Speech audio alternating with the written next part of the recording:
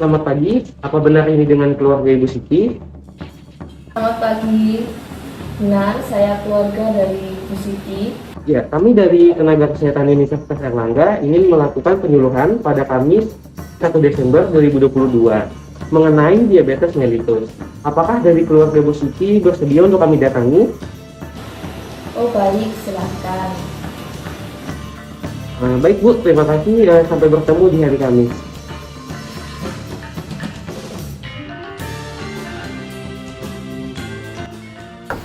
Permisi. Sebelumnya permisi Mbak, kami dari Tenaga Kesehatan Universitas Airlangga. Sebelumnya kami sudah melakukan janji temu mungkin kepada Mbak sendiri terkait kami ingin menyampaikan penyuluhan mengenai diabetes mellitus.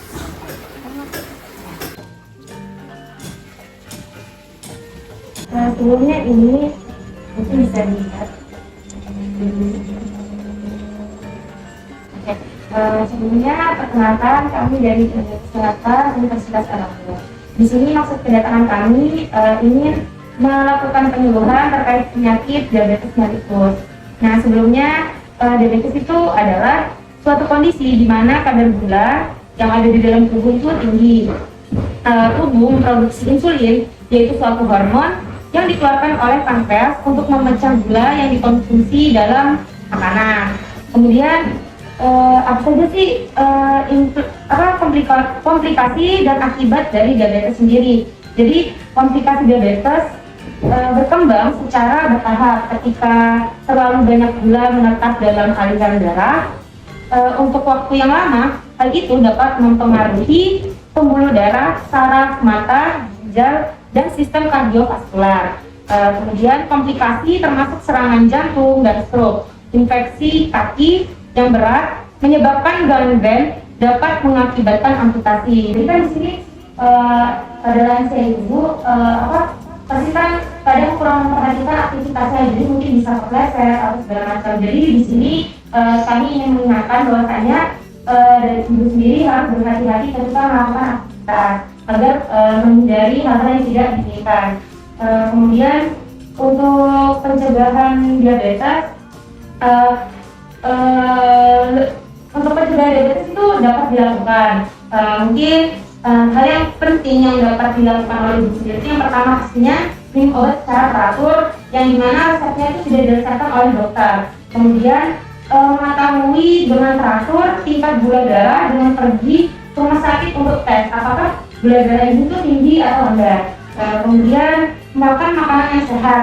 Jadi ibu tuh dianjurkan untuk lebih banyak makan sayur, kemudian makan buah, dan harus mengurangi lemak, makanan yang mengandung lemak, kemudian yang mengandung gula, dan makanan-makanan asin. Dan juga yang terpenting adalah aktif untuk melakukan aktivitas fisik, mungkin bisa juga jogging ringan, mungkin 5-10 menit seperti itu.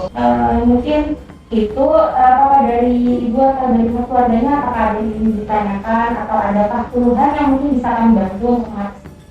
Jadi sebelumnya dok, kaki nenek saya tuh sering kesemutan dan sebelum tidur biasanya masih agak sakit-sakit gitu katanya. Terus gimana ya cara mengatasinya? Ini kan permasalahan kan ini kita membahas diabetes mellitus ya.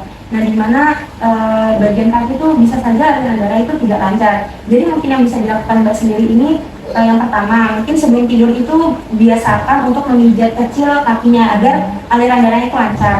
Kemudian mungkin bisa dianjurkan untuk menemani neneknya itu untuk melakukan jogging ringan, jadi kayak 5-10 menit. Jadi usahakan jangan terlalu banyak diam, usahakan ada aktivitas fisik yang menggunakan kaki, jadi aliran darahnya itu bisa lancar seperti itu.